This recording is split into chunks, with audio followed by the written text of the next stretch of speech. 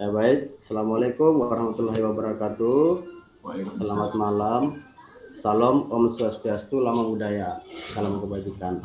Ya, terima kasih. Eh, Kami ucapkan terima kasih kepada Umi Bu dosen Sri Rosmaliano ya karena kami sudah diberikan kesempatan untuk mempresentasikan hasil dari diskusi kami. Ya, oke.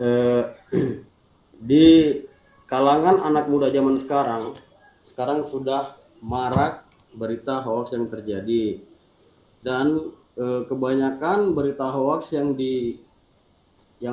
menyebar di dunia maya adalah berita hoax yang mengarah ke hal yang negatif. Padahal sebenarnya berita hoax itu bisa diarahkan ke hal yang positif. Contohnya mungkin di kalangan kepolisian apa enggak di kalangan militer itu biasanya menggunakannya untuk di medan pertempuran dalam artian memberikan informasi yang hoax kepada musuh-musuhnya seperti itu dan seterusnya. Baik, langsung saja ya. Bagaimana cara menyikapi berita hoax? Ya, menurut kami cara menyikapi berita hoax yang pertama, tidak menyebarluaskan dan meneruskan ke media sosial maupun ke kalangan masyarakat. Itu yang pertama.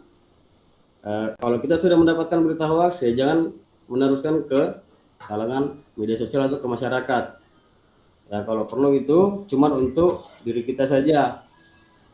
Terus yang kedua, memberitahukan informasi ke masyarakat tentang sosial media bahwa berita tersebut adalah hoax dan tidak benar. Terus yang ketiga, mencari sumbernya, dari mana datangnya. Kalau ketemu, silahkan dilaporkan ke pihak yang berwajib, karena sekarang memang sudah ada undang-undangnya. Terus, bagaimana cara Anda memilih dan mengidentifikasi informasi yang benar dan berimbang? Baik. Yang pertama, memahami benar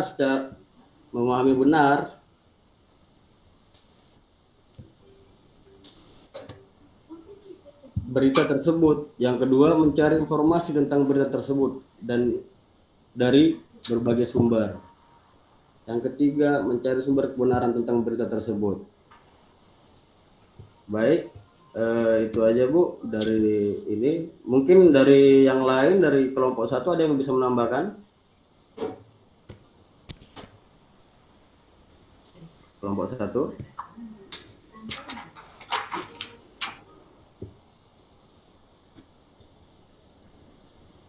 Mungkin dari Mas Yoki.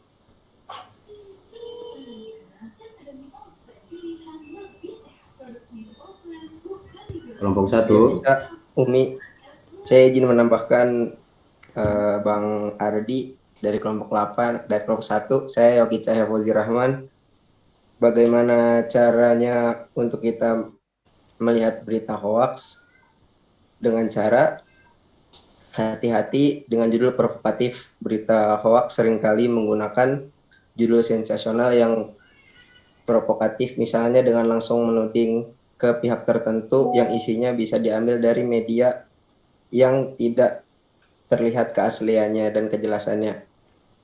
Oleh karenanya, apabila menjumpai berita dengan berjudul provokatif, sebaiknya kita mencari referensi berupa berita serupa secara resmi yang terbukti keaslian dan legalitasnya. Yang kedua, cermati alamat situs dari berita hoax tersebut. Caranya dengan cara masukkan ke situs tersebut dan melihat institusi pers resmi, misalnya menggunakan domain blog, maka informasinya bisa dibilang meragukan.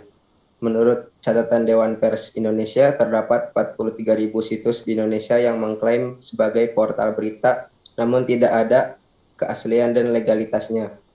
Yang terakhir, periksa fakta dari sumbernya langsung. Apakah dari institusi resmi seperti KPK atau Polri, sebaiknya jangan cepat percaya apabila informasi berasal dari pegiat ormas, tokoh politik, atau pengamat.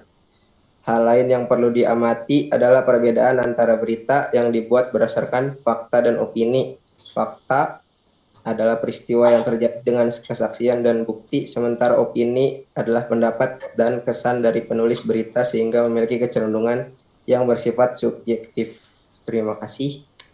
Itu saja dari saya untuk penambahannya dari kelompok 1. Baik, Yogi Cahya Fauzi Rahman telah menambahkan dari kelompok 1. Silakan dilanjut. Terima kasih untuk kelompok 1. Silakan dilanjut kelompok 2. Baik, Bu.